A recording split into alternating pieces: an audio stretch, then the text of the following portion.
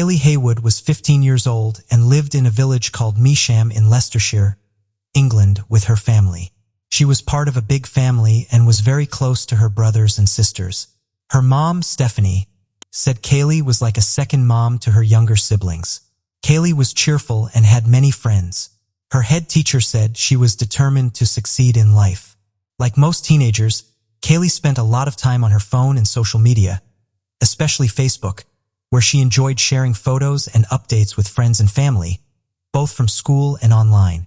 Friday 13th, 2015. Just after 3 p.m., Kaye sent a message to her friend Katie saying she wouldn't be able to see her later, as she said she would be staying at her aunt's house. That evening, Kaye asked her father Martin for a lift to Ipstock, around a 10-minute drive away from her home in Measham. She told him she was going to meet her friend and would be staying over that weekend. Martin dropped Kaye off outside Ipstock Community College at around 6 p.m. that evening. All seemed well, and the following morning Kaye was in contact with her parents asking if she could stay at her friend's house for another night. After that, they heard nothing. For someone that was glued to her mobile phone, this unnerved her parents. They reassured themselves that she was just busy with her friend, and remained as calm as they could. But on Sunday the 15th, what turned out to be Kaye's smashed and broken iPhone was found on a street by a member of the public. Upon finding the phone, the man called the last number in Kaye's call history. This number belonged to one of Kaye's friends. As soon as the phone call ended, Kaye's friend phoned Stephanie, Kaye's mother, and told her what had happened. Stephanie was shocked, as the friend that had phoned her was the same friend Kaye had said she'd been staying with, but this friend hadn't actually heard from her in days. There was nothing on Kaye's social media, and nobody had spoken to or seen her. Her family knew they had to get the police involved, and she was reported missing later that Sunday.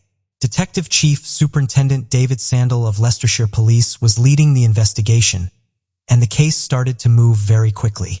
Over 400 police officers were working on the searches and interviews. Kaye's laptop was seized and her smashed but still working phone was taken in for an inspection too. Police began to check through all her messages and social media interactions and posts. They asked about Kaye's state of mind when she left the family home on Friday, but by all accounts, she seemed to be her usual and happy self. Nothing seemed amiss.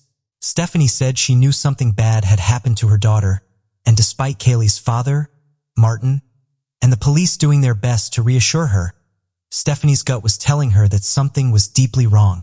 Tragically, just 2 days later, this missing persons case would escalate.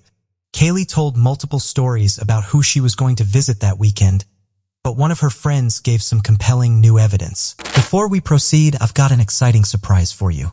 We've launched a brand new channel dedicated to intriguing content such as old historical mysteries, cold cases, and particularly chilling horror stories perfect for bedtime. Drop a comment letting us know if you're a fan of horror stories or not. You can find the link in the description below. Let's find out who will be the first to explore it. Alright, let's dive back into the video. Kaye had confided in this friend and told her that she had started talking to someone on Facebook. She said she was going to visit him on Friday the 13th and asked if her friend would go with her.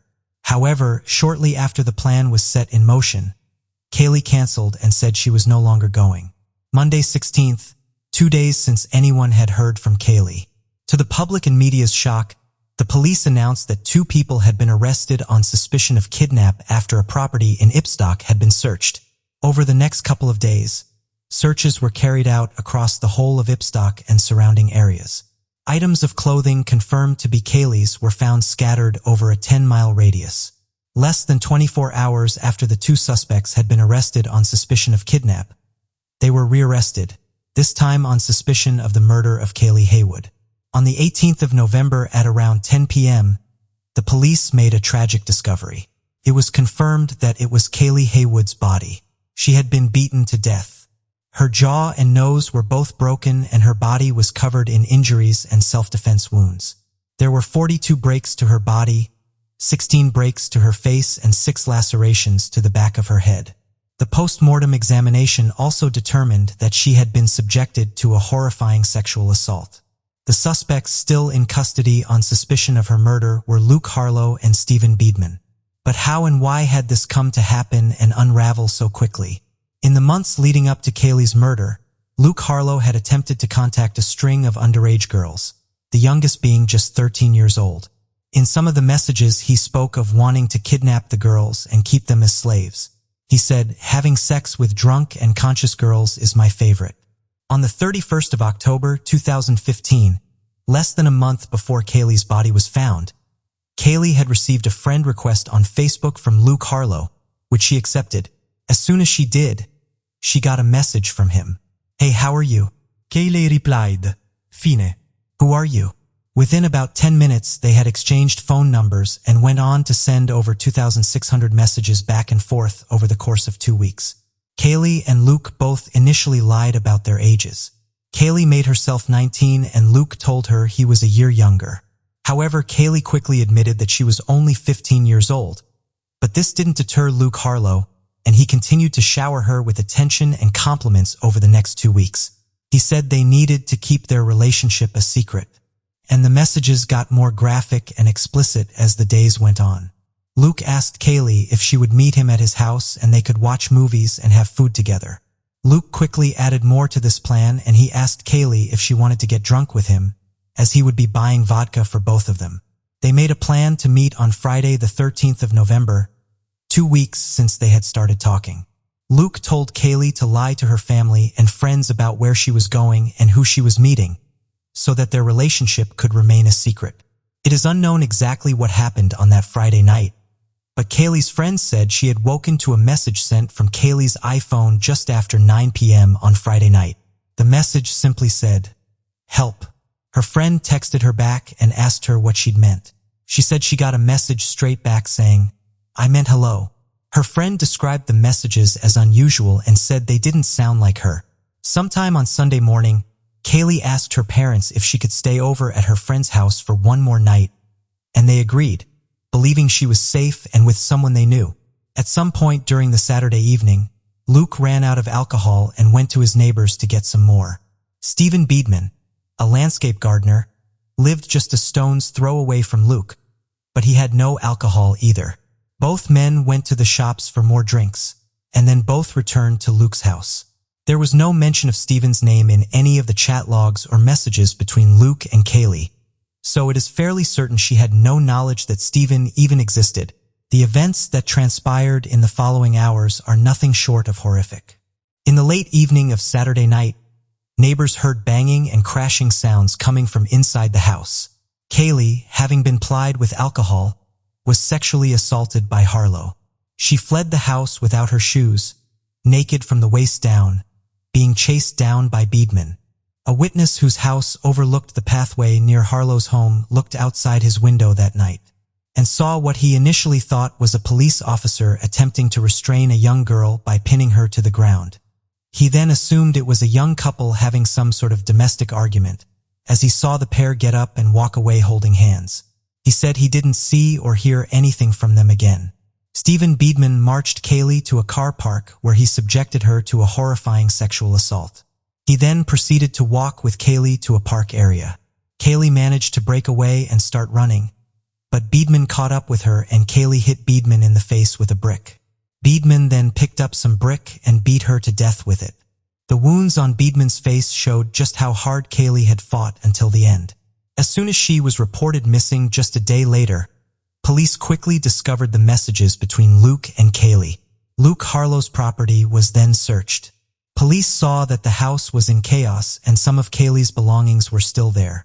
Luke Harlow was immediately brought in for questioning and placed under arrest for kidnap. He admitted that Kaylee had been at his house and said that he knew it was wrong because of her age, but he said he had woken up the next morning to find her missing and assumed that she had gone home during the night. He told police that he and his neighbor Stephen Beedman had gone to go and buy more alcohol and returned to the house together. Harlow then claimed that he went to bed drunk, leaving Kaylee and Beedman alone. With this, the hunt was on to find Stephen Beedman. He was found at a family member's house and was swiftly brought in for questioning and arrested on suspicion of kidnap. Police were immediately taken aback by the scratches covering Beedman. His face was a picture that instantly spoke 1,000 words. Beedman also denied knowing where Kaylee was and said he had left Luke Harlow and her together on the sofa in Harlow's house. Both men said they had been drinking excessively and a lot of the night was either hazy or a total blackout. However, between the messages, the witness statements and the marks on Beedman's face, it was clear for all to see that both Harlow and Beedman were the people responsible for what had happened to Kaye Haywood. Police also later found images of child abuse on Beedman's computers. A series of interviews later, Stephen Beedman admitted that he and Kaye had left the house together that night. He asked investigators if he could talk with his appropriate adult. He then finally told the police where Kaye was. When officers finally found Kaylee's body, it was so damaged that the police could not allow Stephanie and Martin to see their daughter in that state. Instead, they arranged for the pair to hold Kaylee's hand, but nothing more. Kaylee's body was identified using dental records. On the 20th of November 2015, shortly after being arrested, Leicestershire police announced that Stephen Beedman had been charged with rape and murder, and Luke Harlow had been charged with grooming and 2 counts of sexual activity with a child. In January of 2016, Kaylee's funeral was held. Bows were tied around trees in Kaylee's favorite color, purple. Hundreds of mourners packed out the streets of Measham as her coffin was carried on a white horse-drawn carriage. Outpourings of grief, sadness, and anger for what had happened was apparent in the whole community. Luke Harlow and Stephen Beedman eventually pled guilty to the crimes, but the prosecution weren't satisfied with these pleas and put another charge of false imprisonment forward for both men. Both of them pled not guilty to this charge, and so, with the blessing of Kaylee's family, prosecutor Miranda Moore QC took it to trial. In June 2016, the trial of Stephen Beedman and Luke Harlow began in Nottingham Crown Court, with Judge Mrs. Justice Cox presiding. Prosecutor Miranda Moore argued that the way in which Luke Harlow's house was found by the police showed obvious signs of a struggle, and that Kaye had been held there against her will.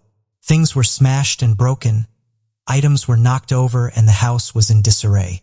She also said that Luke Harlow's claims of being asleep and having no idea what had happened to Kaye didn't add up either. Luke's glasses had been smashed, presumably due to Kaye fighting him off. The state that the house was in was further backed up by neighbors, who said they had heard banging and crashing sounds, and this likely would have woken Harlow if he was asleep. Stephen Beedman simply said that Kaye was free to leave the house at any time she wanted. After a painful 2-week trial for the family and friends of Kaye Haywood, the jury had reached their verdict. Both Luke Harlow and Stephen Beedman were found guilty of false imprisonment alongside their previous guilty pleas. Luke Harlow was sentenced to 12 years for meeting a child following sexual grooming, 2 counts of sexual activity with a child, attempting to meet 2 other 15-year-old girls following sexual grooming and false imprisonment. Stephen Beedman was sentenced to life in prison with a minimum term of 35 years for the false imprisonment, rape, and murder of Kaye Haywood. Justice Cox said of the case, "Is truly horrifying to contemplate. I am entirely satisfied on the evidence that she would have been acutely distressed and frightened. It seems to me this is every parent's worst nightmare. It is absolutely clear to me, absolutely no blame can be attached to them for what happened." In April 2021, it was announced that Stephen Beedman had died in prison. In a statement, a spokesperson said, "The prison service cannot confirm the cause of death, which is rightly a matter for the coroner." Following the tragic events that unfolded on November 13th, Kaylee's family set up Kaylee's Cause, which would campaign to increase the minimum age for use of social media websites to 16. The family wants site operators to request some sort of legal document, like a passport or driver's license to prove a child's age, even if they have permission of their parents to open the account. Alongside this, a short film entitled Kaylee's Love Story was created by Leicestershire Police and Afictus Films. It aims to highlight the dangers of speaking to strangers online and raises awareness for the Cease campaign, commitment to eradicate abuse and sexual exploitation. With the permission of Kaylee's family, the film reenacted some of the events that transpired during the last 14 days of Kaylee's life. It went on to receive numerous awards and has proven to be Leicestershire Police's most successful campaign. It has now been seen by thousands of school children across the country and millions more across the world online, making sure that people become aware of Kaylee's story. What do you think about it? Tell us your thoughts in comments below. Let's continue. Dominique Dunn was born on November 23, 1959, in Santa Monica, California. She was the youngest child of Ellen, often called Lenny, who inherited a ranch, and Dominique, a writer, actor, and producer. Her parents divorced a few years after Dominique's birth but stayed close friends, and Dominique remained close to both of them. With her family's connections to the entertainment industry, it wasn't surprising that Dominique developed an interest in performing herself. After graduating and taking time to travel, she began studying acting and booked roles in well-known stage shows, including West Side Story, The Mousetrap, and My Three Angels. Within weeks of moving to Hollywood, she landed her first big role in the 1979 television film Diary of a Teenage Hitchhiker. She then went on to get supporting roles in various episodes of popular 80s television series, such as Fame, Family, and Heart to Heart. She booked a recurring role in the comedy television drama series Breaking Away and went on to appear in several other television films. Her career was starting to thrive. By 1981, she had quite an extensive acting resume, and this led to her being cast in her first big feature film, the supernatural horror hit Poltergeist, playing Dana Freeling. The film went on to become a sensation and grossed over $70 million at the box office. The role cemented her place in pop culture, and she quickly became a well-known face with a lot of acting work being sent her way. After the success of Poltergeist, she was cast as Robin Maxwell in a pilot episode for the TV miniseries V. She would never complete filming on the highly anticipated show. Dominique's versatility and capabilities as an actress were apparent very early on. Steven Spielberg was the producer of Poltergeist and worked very closely with her. He said of Dominique, "She was a treasure of natural ability." In 1981, Dominique met a sous chef named John Thomas Sweeney at a private party. 7 years her senior, Sweeney was an established chef and worked at Marmaison. Marmaison was one of the most exclusive restaurants in Los Angeles, and many a famous face would frequent there. Sweeney's upbringing couldn't have been further from that of Dominique's. His father was an unemployed alcoholic who frequently beat his mother, and his mother worked as a waitress trying to support her family as best she could. When Sweeney was 14, his parents divorced and he set about making plans to move out of Pennsylvania and start a new life. He focused on being a chef and said that this dream was his ticket out of his old life. A matter of weeks after the pair meeting, they moved into a one-bedroom West Hollywood home together. However, the relationship quickly began to deteriorate due to Sweeney's jealous and controlling behavior. He stopped her from seeing friends and frequently tried to get her to quit her flourishing career in a bid to prevent her from meeting new people. The couple rode and fought frequently, and it wasn't long before Sweeney became physically abusive. Dominique appeared in an episode of Hill Street Blues, playing a teenage mother who was the victim of parental abuse. The makeup team applied nothing to her face, as shockingly, all of the cuts and bruises were real and had been caused by Sweeney in the days before the shoot. Her family, although polite and welcoming towards Sweeney, felt uncomfortable in his presence. They all commented on the fact that it was very obvious that Sweeney was far more obsessed with the relationship than Dominique was. Her mother Ellen would later recall the first time she realized her daughter was in grave danger. She said, "She came over here one night and she was weeping. She said, 'Oh, Sweeney has such a terrible temper. He smashes furniture and throws dishes.' And I said, 'Dominique, that is frightening.' I've never forgotten her answer. She said, 'Oh, he'd never hurt me.'" According to a source, in August 1982, Sweeney pulled handfuls of her hair out by the roots. Dominique ran to her mother's house trying to escape, and Ellen found her curled upon the floor in the fetal position, cradling her head. Sweeney followed her to the house and started banging on the doors and windows, demanding they let him in. A few days later, however, Dominique returned to the home she shared with Sweeney, and the pair resumed their relationship. During another fight on September 26, 1982, Sweeney grabbed Dominique by the throat and threw her to the floor. He then proceeded to strangle her. A friend who was staying with the couple heard what he described as loud gagging sounds. He ran into the room where he saw Dominique being attacked. Sweeney denied any wrongdoing and told Dominique to come back to bed, seemingly playing it off as one big misunderstanding. Dominique snuck out of the bedroom window and ran to her car. When Sweeney heard her start the engine, he chased her down and jumped on the car bonnet. She turned the engine off until Sweeney got down from the hood, and as soon as he did this, she sped off into the night. She stayed at the home of a friend for the next few days, and her mother stayed with her too. After this terrifying incident, she phoned Sweeney and ended the relationship. He moved out of the house they shared, and Dominique had the locks changed before she moved back in herself. Tragically, a little over a month later, Dominique Dunn would be dead. On October 30th, 1982, just a few weeks after the pair had ended their relationship, Dominique was rehearsing for her latest project, V, at her West Hollywood home. She was running lines alongside actor David Packer. Dominique took a break to talk with a friend on the phone when she suddenly realized the phone call had been broken into. Sweeney had got the operator to break into the conversation to listen to her. And Dominique said to her friend, "Oh God, it's Sweeney. Let me get him off the phone." At around 9 p.m., Dominique and David heard a loud banging at the front door. Sweeney had been drinking martinis at the Marmaison bar and decided to walk to the house. Sweeney refused to leave unless Dominique came out to talk to him, so she headed out, leaving David Packer inside, and went to speak with Sweeney through the locked door. After a few minutes, she agreed to talk to him on the porch. It wasn't long before an argument between the two began. David Packer recalled hearing smacking sounds followed by 2 screams and then a thudding sound. He phoned the police straight away but was diverted to the wrong police area.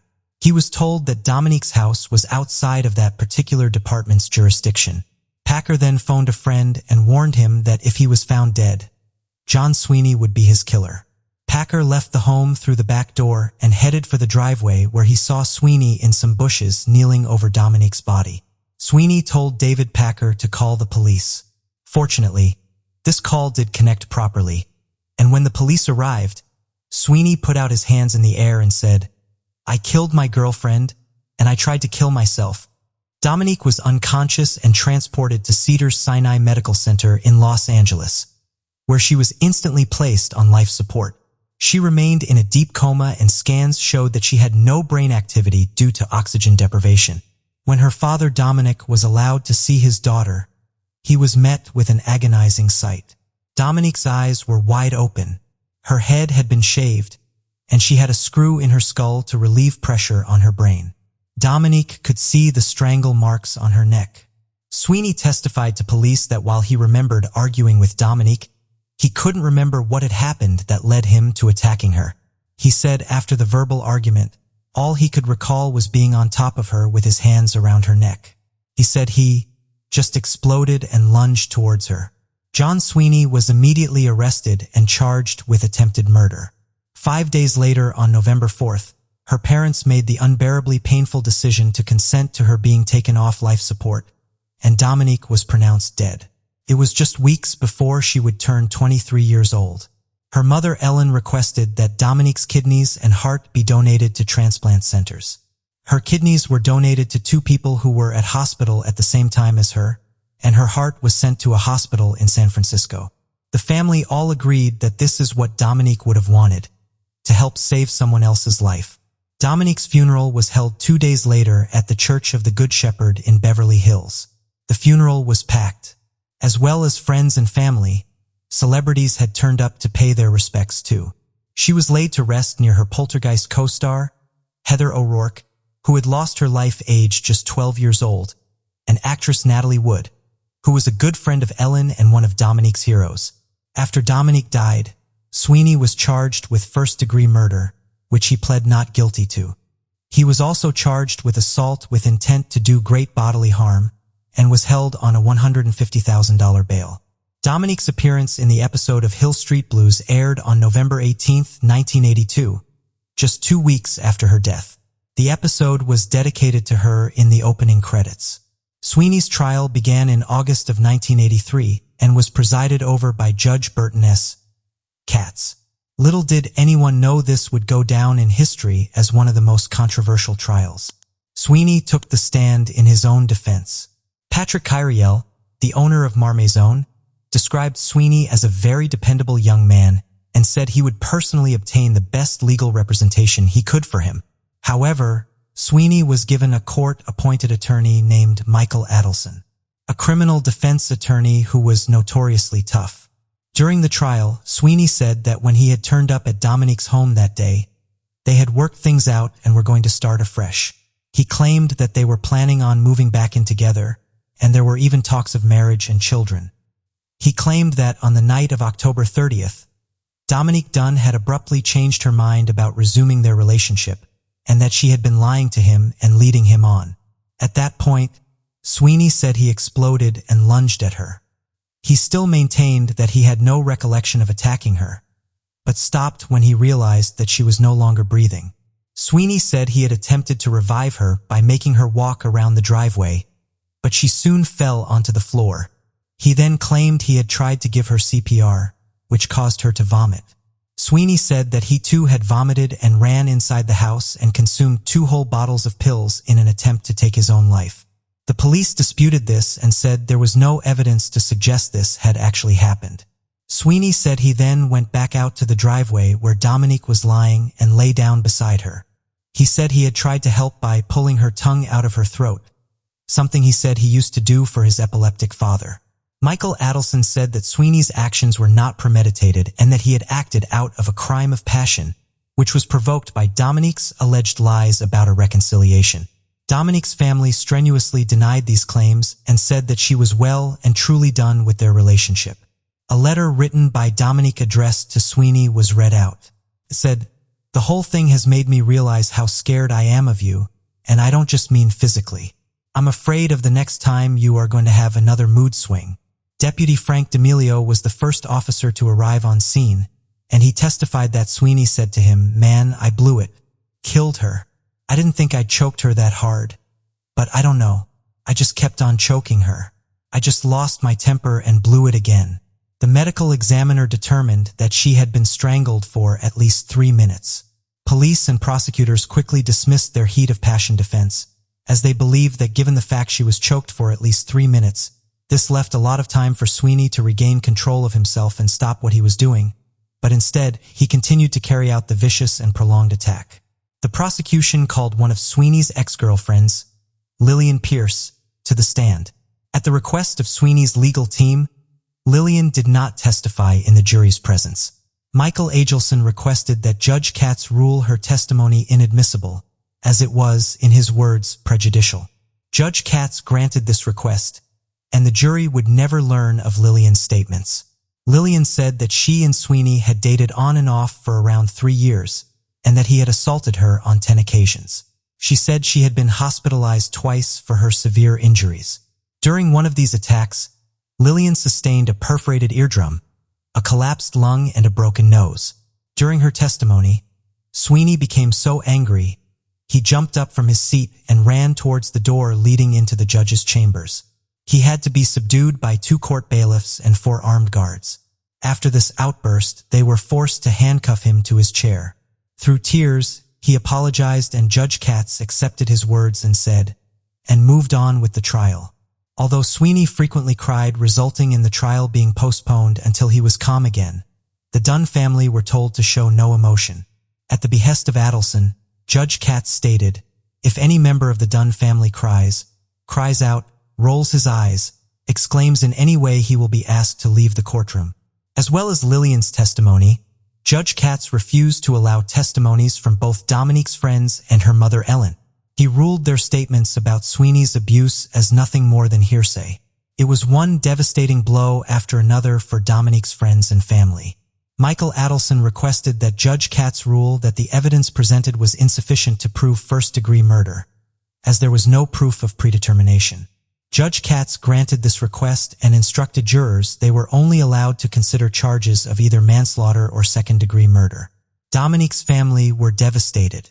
On September 21, 1983, after an arduous 8 days of deliberation, the jury found him guilty of the lesser charge of voluntary manslaughter. Sweeney was sat with his hands clasped around a Bible and nodded towards the jury as the verdict was read out. When Judge Katz told the jury they could leave as justice had been served, Dominique's father shouted, "Not for our family." Dominique accused Judge Katz of purposely withholding Lillian's testimony from the jury, which could have helped establish Sweeney's incredibly violent history with women. Media outlets quickly picked up on the outcome, and Judge Katz received immense criticism for his handling of the trial. People felt that his rulings always clearly favored the defense, and a victims' rights group founded by actress Teresa Saldana, called Victims for Victims, marched outside the courtroom in protest. A local Los Angeles TV station did a poll, which saw Judge Katz voted fourth worst judge in Los Angeles County. In November, Sweeney was sentenced. He received 6 years in prison, which was the maximum penalty possible for the charge, and he would only serve 3.5 of those years. Dominique spoke at length about the trial and his feelings towards Judge Katz. He said, "Our family has never favored with Judge Katz's charms, not even to the point of simple courtesies." For 7 weeks, he mispronounced Dominique's name, insistently calling her by my name, Dominique. People wandered in and out of the courtroom. Lawyers for other cases chatted with the clerk or used the bailiff's telephone. At the sentencing, in a shock twist, Judge Katz actually criticized the jury's ruling of manslaughter, claiming he didn't agree with it. Katz stated he felt Dominique's death was a case pure and simple of murder with malice. He went on to say, the jury's foreman, Paul Spiegel, told the media that he and other jurors were shocked by the criticism from Katz and referred to his comments as a cheap shot. Spiegel felt that the criticism did not stem from the verdict itself, but came off the back of the criticism that Katz himself had received from the media and the public. Spiegel also went on to say that had the jury heard all the evidence and been presented with everything, they would have convicted John Sweeney of the murder of Dominique Dunn. A year after Dominique's murder, her mother Ellen founded Justice for Homicide Victims, a victims' rights organization. Her work with this would see her recognized by President George H.W. Bush. Dominique's father also threw himself into work and activism. He started keeping a journal during the trial, and those writings were published in a March 1984 issue of Vanity Fair. It was titled Justice, a father's account at the trial of his daughter's killer. After this, Dominique began covering and reporting on many high-profile cases, such as the Menendez brothers and O.J. Simpson. Dominique said of Sweeney that, "Maybe the law will let him go. I'm not going to let him go." And Dominique stayed true to his word. After his release from prison in 1987, Sweeney went straight back into working as a chef and was hired by the Chronicle, an upscale restaurant in Santa Monica. This job would not last long, however. Dominique's family started handing out flyers that said, "The food you ate tonight was cooked by the hands that killed Dominique Dunn." As the protest showed no sign of stopping, Sweeney left the Chronicle and fled the Los Angeles area. It wasn't until the mid-90s that the Dunn family would hear Sweeney's name again. Dominique was contacted by a doctor in Florida who had read his article in Vanity Fair. The doctor said that his daughter had gotten engaged to a chef named John Sweeney and wanted to know if it was the same man. Dominique's brother Griffin contacted the woman in an attempt to get her to break off the engagement. After this, Sweeney moved away from the area again, claiming he was being harassed. He changed his name to John Moorer. Dominique Dunn admitted to having Sweeney followed and tracked and talked of this freely on an episode of CNN's Larry King Live. He said that the utter injustice of Sweeney's sentence drove him almost crazy. He spoke about a woman who was now in her 80s and who had been a member of the jury during Sweeney's trial. She had written to him expressing how sorry she was and that the verdict was bothering her and she needed to clear it up before she died. Dominique was incredibly touched by her words. After many years, her father said he didn't want to waste his life filled with anger and that he no longer wanted to spend every waking moment keeping tabs on Sweeney. The last that appears to be publicly known about John Moorer is that he was residing in San Rafael, California, working as the director of food services for Smith Ranch Homes, a retirement community. Dominique's family worked tirelessly to keep her name and memory alive and to draw as much attention to their daughter's case as possible. Her brother Griffin still works with the Justice for Homicide Victims group. Her family's activism and constant fight for justice will never be forgotten. Dominique Dunn was a bright, gifted, and warm-hearted 22-year-old. She was at the beginning of her life and undoubtedly had so much more to give and achieve. What do you think about it? Tell us your thoughts in comments below. Let's continue. Before we proceed, I've got an exciting surprise for you. We've launched a brand new channel dedicated to intriguing content such as old historical mysteries, cold cases, and particularly chilling horror stories perfect for bedtime. Drop a comment letting us know if you're a fan of horror stories or not. You can find the link in the description below. Let's find out who will be the first to explore it. Alright, let's dive back into the video. On February 3, 2003, a hysterical 911 call was made from the mansion of famous record producer Phil Spector. Spector's personal chauffeur made that very call, and he would become a star witness in a case and trial that captivated people all over the world. Born in 1939 in New York, Harvey Philip Spector showed creative talent and a passion for music from a very young age. He quickly began forming bands and learning instruments. While he achieved success with his band, the Teddy Bears, his look drastically changed when he decided to move into producing records. He became a millionaire before the age of 21, and by the 1960s he had 23 records in the top 50. It was also in the 1960s that he signed the band The Ronettes to his record label. One-third of the talented trio, Ronnie, fell in love with Spector and they later married. However, the honeymoon phase soon faded. Spector quickly became controlling and abusive towards her. Metal bars were placed over the windows, barbed wire put around the mansion, and he would take her shoes in a bid to prevent her from running away. Ronnie claimed he frequently threatened her life and often pulled guns on her. In her 1990 memoir, she spoke about the years of torment which culminated in her escaping from the house, barefoot, with the help of her mother. She said, multiple witnesses would say although he was a musical genius, he could also become erratic and volatile and frequently drank heavily during recording sessions. The more he drank, the darker things became, and he would often pull guns out and fire them at walls and ceilings. Despite the personal turmoil, professionally, Spector's career was still on the up.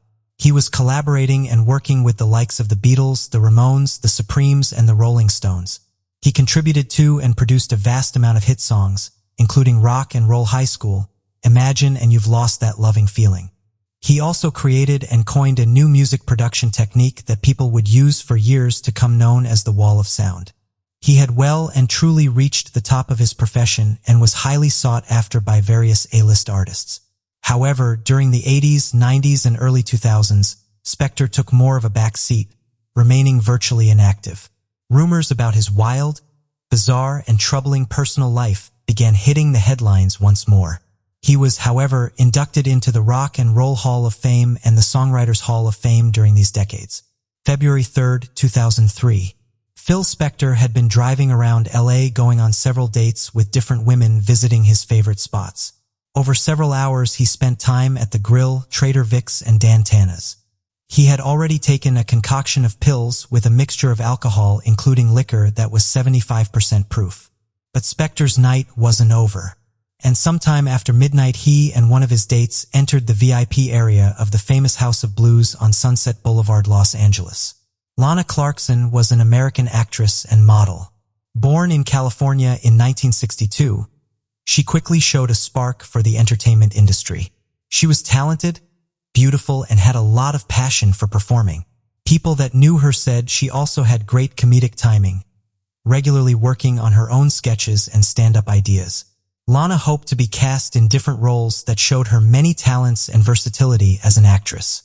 By the 80s, she was achieving success within the industry. These parts were in big movies and TV shows, Fast Times at Ridgemont High, Scarface, Three's Company, and The Jeffersons to name a few. She was also passionate when it came to helping others. She did a lot of charity work and volunteered weekly for Project Angel Food, which delivered food for those in Los Angeles affected by HIV or AIDS. As she approached her 30s, however, her career started to slow down and she wasn't acting as frequently. She decided to start a website as a way of interacting with her fans. On this site, she sold signed copies of her films as a way of making some extra money and giving her fans something more personal. In 2001, she had a serious accident, breaking both her wrists in 26 places, requiring multiple surgeries. This left her physically unable to carry on any film or commercial work for a long time. After this long break, she struggled even more to get the roles she used to, and she began taking part-time jobs to support herself. In early 2003, she took on a new job as a hostess at the House of Blues in West Hollywood, Los Angeles. Many that knew her said this was a clever and strategic decision, as the House of Blues was a popular celebrity hangout. Anybody who was anybody would spend time there, and being a hostess, Lana would regularly be making connections with all manner of powerful people within the industry. On February 3rd, while working in the VIP area, she walked right into one of those powerful people, Phil Spector. Witnesses said that Spector was wearing one of his notorious wigs, and Lana momentarily thought that he was an unknown female trying to get into the exclusive area. At first, she refused to entry, but upon being told he was a famous record producer, she immediately apologized and began showering him with attention and drinks. When Spector's date no longer wanted to participate in the drinking, Spector sent her home. His attention was now firmly on Lana Clarkson. It was very clear to onlookers that Spector was heavily intoxicated by this point, and was continuing to drink heavily and spiral further out of control. A few hours later, at around 2:30 a.m., Lana finished her shift and went to go and find her car. She clearly made a good impression on Spector, as after he spotted her in the street, he begged her to come back to his mansion for a drink. The CCTV footage from outside the venue shows Lana getting into Spector's car. Sometime after 3 a.m., Spector's personal driver dropped both Phil and Lana at the back door of the producer's mansion in Alhambra. It was about 40 miles away from the House of Blues. Known as the Castle, this secluded 3-acre house boasted 33 rooms and was Spector's pride and joy. The details surrounding how the next series of events came to be will never be fully known. Just before 5 a.m., Spector's driver Adriano D'Souza heard a loud popping sound. He got out of the car to check it was nothing to do with the vehicle and was getting back into it when he saw the back door slowly open. Phil Spector emerged holding a gun and said, "I think I've killed someone." Upon looking past Spector into the foyer, Adriano saw the legs of Lana Clarkson, and she was slumped in a chair with blood coming from her mouth. Adriano ran down the driveway. He was fearing for his life and knew he needed to call the police. Before he made the call to 911, he left a voicemail on Michelle Blaine's answer phone. Michelle was Spector's longtime personal assistant. Adriano briefly told her what had happened, and he would later say that he didn't know the exact address, and he initially phoned her to ask for it. After backing out onto the street and confirming the road name, he phoned 911. At around 5:10, police descended on Spector's sprawling property. When the police spotted him, Spector began to retreat and seemingly started to reach for something in his shirt. Worried he might be attempting to arm himself, they tried to use a taser on Spector, but it got tangled in his clothing and didn't work. They then rushed him with a ballistic shield and knocked him to the floor. Other officers ran past to find Lana. It was evident that nothing could be done to save her, and she was already deceased. Near Lana's body was an open drawer containing an empty gun holster. The holster seemed to match the gun lying next to Lana's legs. Although no fingerprints were found on the gun when it was examined, Lana's blood was discovered around various parts of the mansion. In one of the bathrooms, police found a cloth covered in blood, as well as blood on one of Spector's jackets hanging in a closet, and more blood was on the stairs. In the main living room, police found an empty bottle of tequila and a cocktail glass with some lit candles. Just after 6 a.m., Spector was brought in for questioning on suspicion of murder, and the arresting officers noted that he reeked of alcohol and was clearly inebriated. Shouting and slurring at the officers, he denied any wrongdoing and claimed that Lana had taken her own life. He said she even kissed the gun before she pulled the trigger. While in jail, he made a phone call to Robert Shapiro, a defense attorney to the stars.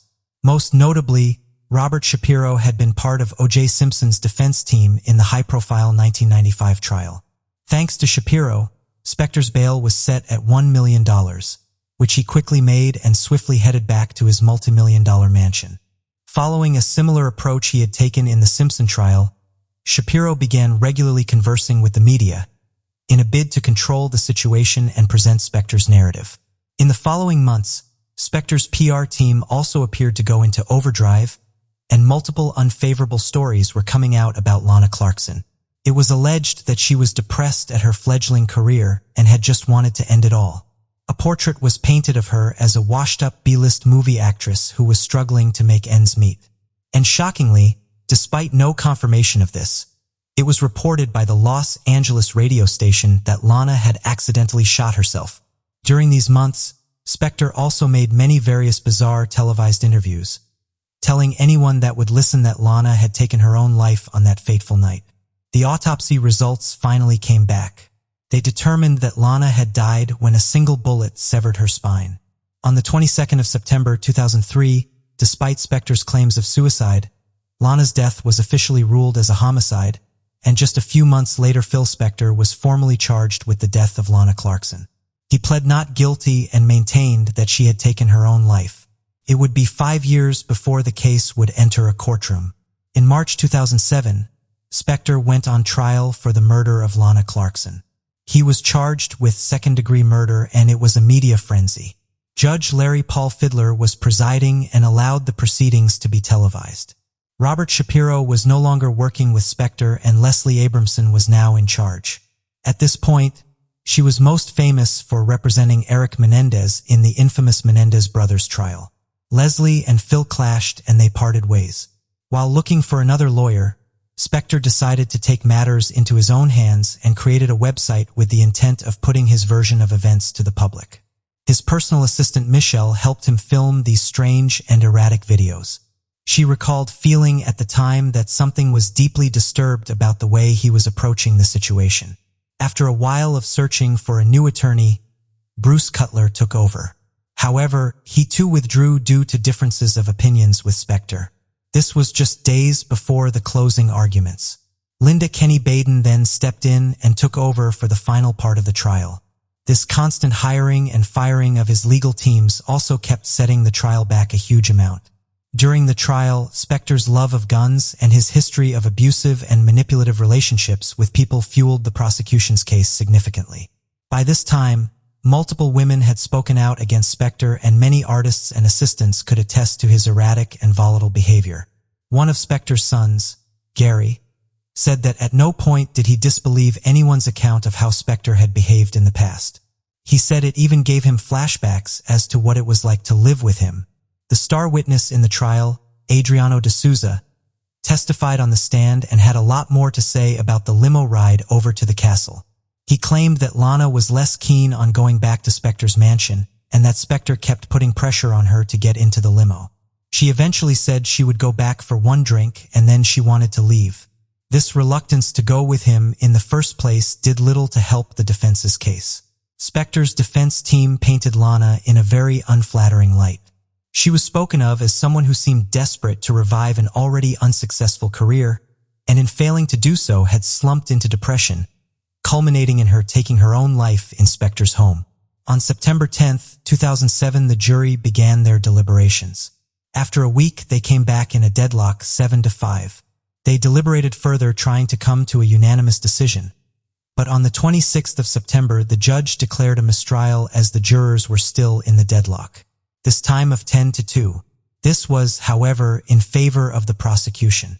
This ultimately meant that, as they hadn't reached a majority, the whole process would have to start all over again with a new trial. It was a devastating blow for Lana's loved ones and the prosecution. Prosecutor Alan Jackson said he wanted a retrial as quickly as possible. He said he owed it to Lana and her family to see that justice was done. After the trial was over, in a shocking twist, Spector asked his assistant Michelle if she would marry him. He worried that she knew too much and said he would feel safer if they were married, as spouses don't have to testify against each other in court. Michelle refused.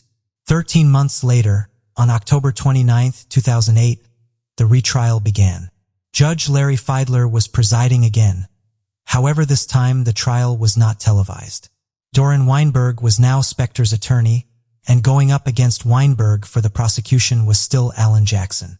Weinberg argued that the only witness who had been in the vicinity at the time, Adriano de Souza, was continuously giving slightly different versions of the event and how it had played out. Weinberg said that this alone should be enough to acquit Spector.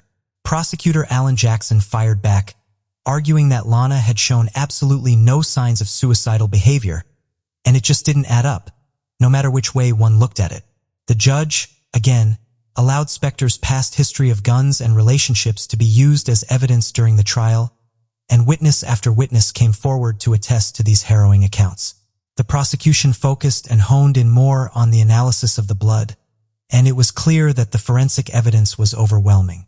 The blood splatter analysis shows that there was blood on the back of Lana's hands and wrists. An expert testified that as she was holding the gun herself, this particular position of the blood didn't add up.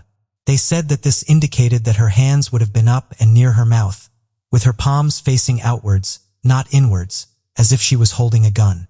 They argued that the placement of her hands appeared to be in a more defensive position.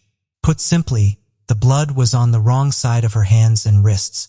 The prosecution also said that the blood on Spector's jacket definitively put him within arm's reach of Lana, with his arms pointed at her face.